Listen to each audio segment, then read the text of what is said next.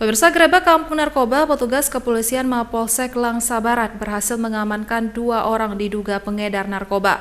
Dari tangan keduanya, petugas mengamankan belasan paket sabu siap edar.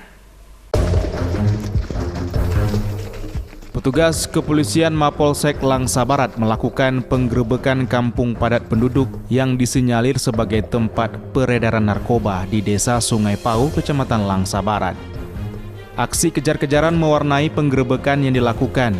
Sejumlah pengguna narkoba yang mengetahui kehadiran polisi ini pun mencoba kabur dan bersembunyi ke area perkebunan serta rumah warga.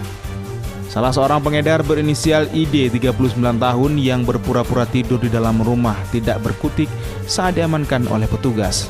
Dari tangannya petugas menemukan 3 paket sabu siap edar yang disembunyikan di dalam kantung celana. Tidak hanya itu, petugas juga berhasil mengamankan seorang pengedar lain berinisial M, 28 tahun. Dari pelaku, petugas menemukan 12 paket sabu siap edar yang disembunyikan di celah batang pohon area perkebunan.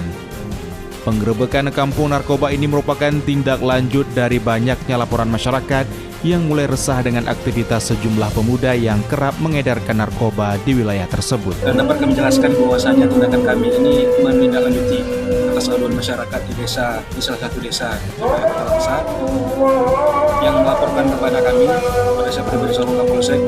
Saya tindak lanjuti dengan turun langsung ke lapangan untuk melaksanakan eksekusi terhadap pelaku, dan alhamdulillah hari ini kami berhasil mengamankan pelaku tersebut. Usai penggerebekan, kedua tersangka dan barang bukti sabu berhasil diamankan, langsung dibawa ke Mapolsek Langsa Barat guna dilakukan pengembangan. Dari Kota Langsa, Muhammad Alfi, iNews melaporkan.